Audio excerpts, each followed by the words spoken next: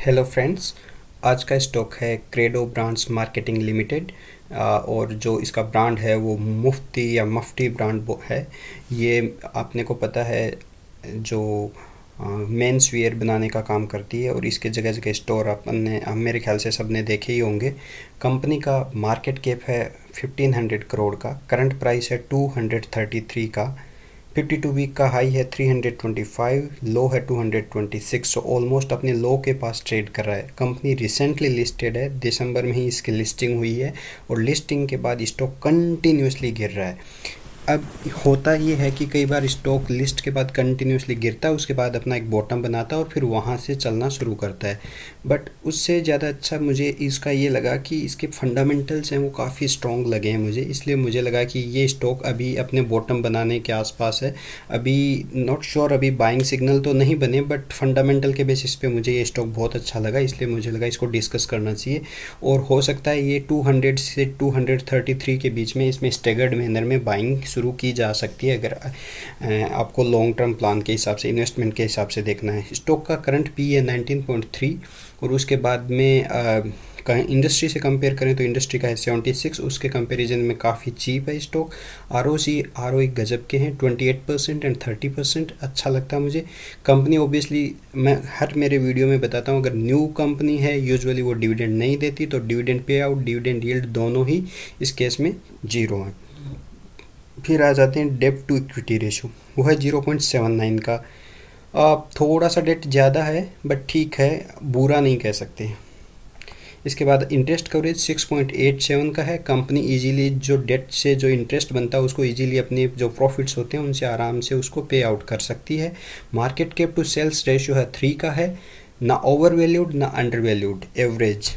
EV by EBIT इस हिसाब से देखो तो कंपनी के मार्जिन अभी इंप्रूव हो रहे हैं, तो ठीक है, ये अच्छी बात है। इसके बाद में आ जाते हैं प्रोमोटर होल्डिंग 55.4%, ठीक है, कोई स्टॉक प्लेस नहीं है। F I I D I की होल्डिंग अच्छी है, अराउंड 15% देख सकते हो आप, 3.56 एंड 10.4, सो 14% की इंस्टीट्यूशनल होल्डिंग है। 3 ईयर का एवरेज भी इस पे मत जाइए, अभी रिसेंटली लिस्टेड है, सो कैलकुलेट करना मुश्किल। रिजर्व्स देखिए 305 करोड़ के, उसके अगेंस्ट में डेट 252 का, इसीलिए इसका डेट टू इक्विटी रेशियो 0.79 है, ठीक है। इसके बाद ब्रांड करते क्या है अपने सबको पता है। 1999 में कंपनी इनकॉर्पोरेट हुई और ये मुफ्ती के नाम से अपने जो ब्रांड है इनका, और अपने मेंस वेयर जो भी टी शर्ट जीन्स जो भी कैजुअल फॉर्मल सारे ये सेल करने का काम करते हैं, अपने को पता है। इसके बाद में आ जाते हैं, ये चार्ट अभी रिसेंटली लिस्टेड है। मैंने कहा कि स्टॉक कंटिन्यूसली गिर रहा है, अभी कहीं पे भी सपोर्ट इसने बनाया नहीं है। मैं अभी भी कह रहा हूँ अभी कोई बाइंग सिग्नल दिख रहा नहीं है, बट स्टॉक फंडामेंटली अच्छा है, तो कभी भी स्टॉक घूमना शुरू कर सकता है, ठीक है। डेट ये इसका पीयर से कंपेयर करते हैं, ये क्या है, रिटेल सेक्टर की है सारे। इसमें देखो चाहे एवेन्यू सुपरमार्ट है या ट्रेंड है, इनसे कंपेयर करो तो देखो इंडस्ट्री का पी है 77 के अराउंड और इसका 19, तो उस हिसाब से काफ़ी चीप है। अगर इंडस्ट्री के आप आर की बात करो 11 का है, कंपनी का 28 है, यहाँ 12 का आर है, उसके कंपेरिजन में 30 का है, तो सारी चीज़ें उस हिसाब से मुझे अच्छी लगती हैं। ये रेड टेप है, इसका भी अच्छा है, बट इसका पी आप देखिए यहाँ पे ज़्यादा है, तो उस हिसाब से मेरे को ये ठीक नहीं लगा। इसके बाद आ जाते हैं क्वार्टरली रिजल्ट। ये देखिए कंपनी के क्वार्टर सेल्स आती हैं 140, लास्ट दिसंबर में जो था 130 का, अभी 150 का है। प्रॉफिट सेम रहा है, एंड अगर यहाँ पे देखिए नेट प्रॉफिट गिर गया 19 से 16, ये थोड़ा कंप्रेस हुआ है यहाँ पे। ईपीएस अभी रिसेंटली लिस्टेड है, देखते हैं आगे। इसके बाद आ जाते हैं, यहाँ देखिए कोविड के टाइम में ये फॉल हुआ था, 293 सेल्स हुई थी, अभी सेल्स बढ़ के हो गई हैं 498। रेगुलरली सेल्स में ग्रोथ जंप देख सकते हैं अपन। ऑपरेटिंग प्रॉफिट देखिए 29, 94 एंड 162, गजब की ग्रोथ है यहाँ पे। मोस्ट इम्पॉर्टेंट है मार्जिन्स, देखिए इनके ऑपरेटिंग प्रॉफिट मार्जिन्स पहले जो 9-10% होते थे अभी बढ़ के 33% हो गए। ये बताता है कि आपका बिजनेस कितना इफ़िशिएंटली वर्क कर रहा है, कंपनी नए स्टोर डाल रही है। और इसके बाद में इम्पोर्टेंट होता है, अगर कंपनी को आपको एनालाइज करना होता है कि ग्रोइंग है कि नहीं, तो उसमें आपको पेट मार्जिन देखना होता है। पेट मार्जिन देखिए यहाँ पे 450 करोड़ का जो रेवेन्यू जनरेट किया था, और यहाँ पे उससे रेवेन्यू जो अभी बढ़ा है वो 498 का हुआ है। इस 450 पे इसका प्रॉफिट जो आता था, नेट प्रॉफिट था 15, यहाँ पे ऑलमोस्ट सेम ही है, थोड़ा सा ज़्यादा मान लो, उस पर आया 77। ये बताता है कि पेट मार्जिन कितने पहले जो 2020 में था उसके बजाय अभी 4.5 और 5 टाइम्स की ग्रोथ है। किसमें? पेट मार्जिन्स की बात हो रही है, प्रॉफिट, नेट प्रॉफिट की बात नहीं है, मार्जिन्स की बात कर रहा हूँ मैं। और यहाँ देखिए कोविड के बाद से टोटल नेट प्रॉफिट 934.77, यहाँ ईपीएस की ग्रोथ 29, 105, 240। स्टॉक की 3 ईयर का जो प्रॉफिट ग्रोथ है 69 है, ट्रेलिंग 12 मंथ का 128%। सेल्स ग्रोथ बढ़ रही है, आप देखिए पहले 3 साल का देखो तो 3% आ रहा था, यहाँ पे 46 है। ये इसलिए 3% हो गया कि इसमें वो कोविड के टाइम में सारे के सारा आपको पता है गिरा था। यहाँ पे आरओई है वो भी कंपनी का भी बढ़ रहा है। इसके बाद में कंपनी की जो इनका जो इन्वेस्टर मीट होती है उसकी पीपीटी में जाके आपको दिखाऊंगा, वहाँ पे एग्जैक्टली पिक्चर। चलो अभी डिस्कस कर ही लेते हैं। जब यहाँ इसको ओपन किया तो इसमें ये देखिए फाइनेंशियल FY21-23 रेवेन्यू जंप देखिए 245, 341, 498। यहाँ पे ग्रोस मार्जिन्स की बात करो 48% थे, फिर 56, 57%, ये भी बढ़ रहे हैं। इसके बाद से इबिट्टा मार्जिन है, इबिट्टा मार्जिन्स भी बढ़ रहे हैं। ये सारा कुछ डिटेल में समझना मेरे को आप कमेंट बॉक्स में लिख के बताइए कि इनकी सिग्निफिकेंस क्या, मैं बता सकता हूँ। पर अगर ब्रॉडली आप समझोगे तो इतना देख सकते हो कंपनी कंटिन्यूसली हर एक टॉप लाइन, मिड लाइन और बॉटम लाइन सब में ग्रोथ है। यहाँ देखिए ये है सबसे ज़्यादा है पेट मार्जिन्स। पेट मार्जिन्स 1.4%, 10.5 और 15। इससे मत कंपेयर करिए, ये तो बहुत बड़ा जंप है, 10 टाइम्स के अराउंड है। बट उस टाइम ये कोविड के बाद की सिचुएशन थी इसलिए जंप ज़्यादा। बट यहाँ पे देखोगे तो अराउंड 50% का जंप यहाँ पे भी है मार्जिन्स पे। और ये देखिए कंटिन्यूसली मार्जिन्स बढ़ रहे हैं। एफिशिएंसी देखिए, मैंने अभी भी पहले आपको बताया, यहाँ पे देखिए ये कैश कन्वर्जन साइकिल में जो इनका जो आता है 243, फिर 160, 132, ये यहाँ पे इम्प्रूव, ये डिक्रीज होना अच्छी बात है, क्विक हो रहा है काम। और हाईली सस्टेनेबल मॉडल क्यों?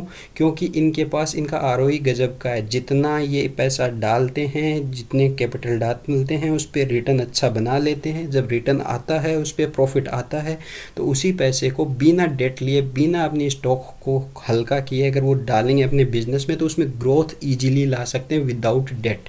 हालांकि कंपनी ने अभी डेट ले रखा है बट ये एफिशिएंसी अभी देखिए आप, पहले जो 1.8% आरओई था, फिर 16, अभी 30 का हुआ है। ये बता रहा है कि अभी कंपनी किस हिसाब से ग्रो कर रही है। आरओसी का देख सकते हो, ये जो पिंक वाला है ये आरओसी का चार्ट है, अभी 45% हो गया लास्ट ईयर का। इस पर मैं नहीं चाहता कौन डायरेक्टर बोर्ड ये सारा पढ़ना है, तो इसमें आप पूरा इसमें जाके अपनी कंपनी की वेबसाइट पे जाके चेक कर सकते हो।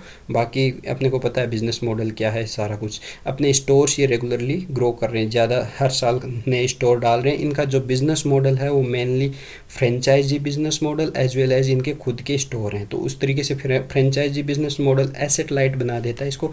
और जब बिज़नेस एसेट लाइट होता है तो उसमें ग्रोथ अच्छी आती है, मार्जिन्स अच्छे रहते हैं, बिज़नेस सस्टेनेबल होता है। तो ये सारी चीज़ें होती हैं। और एक आ जाती है इसमें, ऐसे केस में प्राइसिंग पावर होती है इनके पास, मतलब कंपनी अपने ब्रांड की प्राइस को डिसाइड कर सकती है। तो बट जब प्राइसिंग, तो ये सारी चीज़ें और डिटेल में नहीं जा रहा मैं यहाँ पे अभी, ठीक है। इसके बाद आ जाते हैं, ये अपन ने पहले डिस्कस किया, बैलेंस शीट की बात करते हैं। देखिए रिजर्व्स कंटिन्यूसली ग्रो कर रहे हैं। बोरोइंग मैंने पहले कहा अभी थोड़ा ज़्यादा है, 252 का है। इसके बाद में आ जाते हैं कैश फ्लो पे। कैश फ्लो देखिए कंटिन्यूसली पॉजिटिव है ऑपरेटिंग एक्टिविटी से, और इन्वेस्टिंग एक्टिविटी का नेगेटिव होगा। क्यों? क्योंकि जो प्रॉफिट आ रहा है कंपनी उससे नए नए प्रोडक्ट बाई कर रही है, नए स्टोर डाल रही है, इन्वेस्ट कर रही है, तो उसमें नेगेटिव आएगा। डिटेल में जाते हैं। देखिए यहाँ पे continuously operating profit 37, 43, 28 COVID, then 109, 168 good. इसके बाद में देखिए रिसीवेबल इसके नेगेटिव हैं। इन्वेंट्री, इसमें ये जो सिस्टम होता है इसमें यूजुअली ये नेगेटिव आ सकता है, कोई दिक्कत नहीं है बिज़नेस में। इसके बाद में आ जाते हैं इन्वेस्टिंग एक्टिविटी। इन्वेस्टिंग एक्टिविटी में क्या है, हर साल ये देखिए कंपनी नए फिक्स एसेट बाई कर रही है, नए स्टोर बाई करती है, तो उनमें पैसा इनको इन्वेस्ट करना होता है। इसके बाद में आ जाते हैं फाइनेंसिंग एक्टिविटी। फाइनेंसिंग एक्टिविटी में अपन ने देखा इन्होंने बोरोइंग यहाँ पे 24 करोड़, और ये अभी रिसेंटली कोई बोरोइंग नहीं ली है, पुरानी इनकी बोरोइंग चल रही है।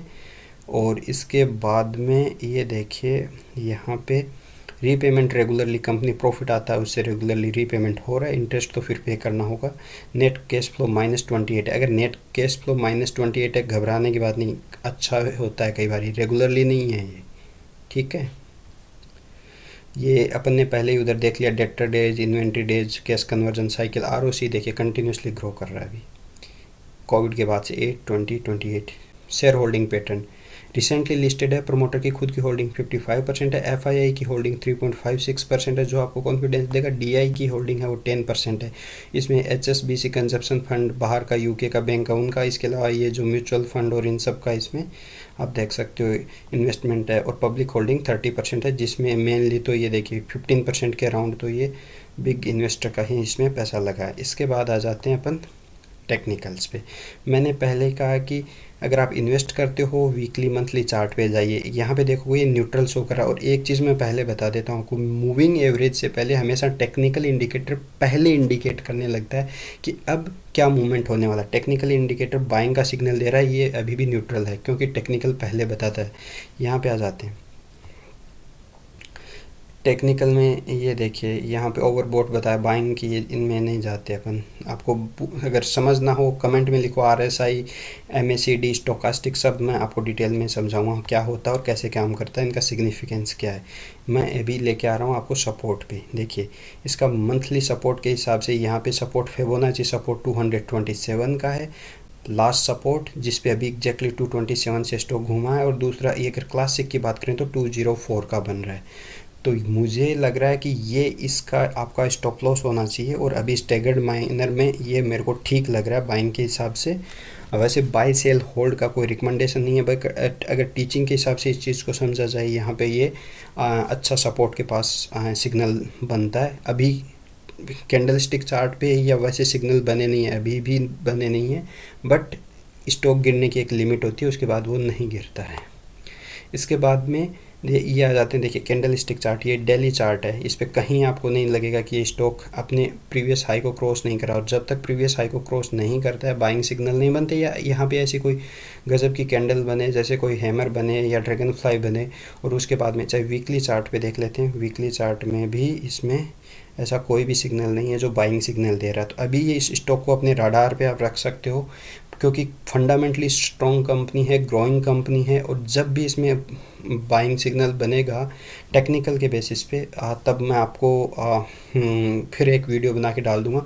बट फंडामेंटल अपन ने डिस्कस किए। Thank you.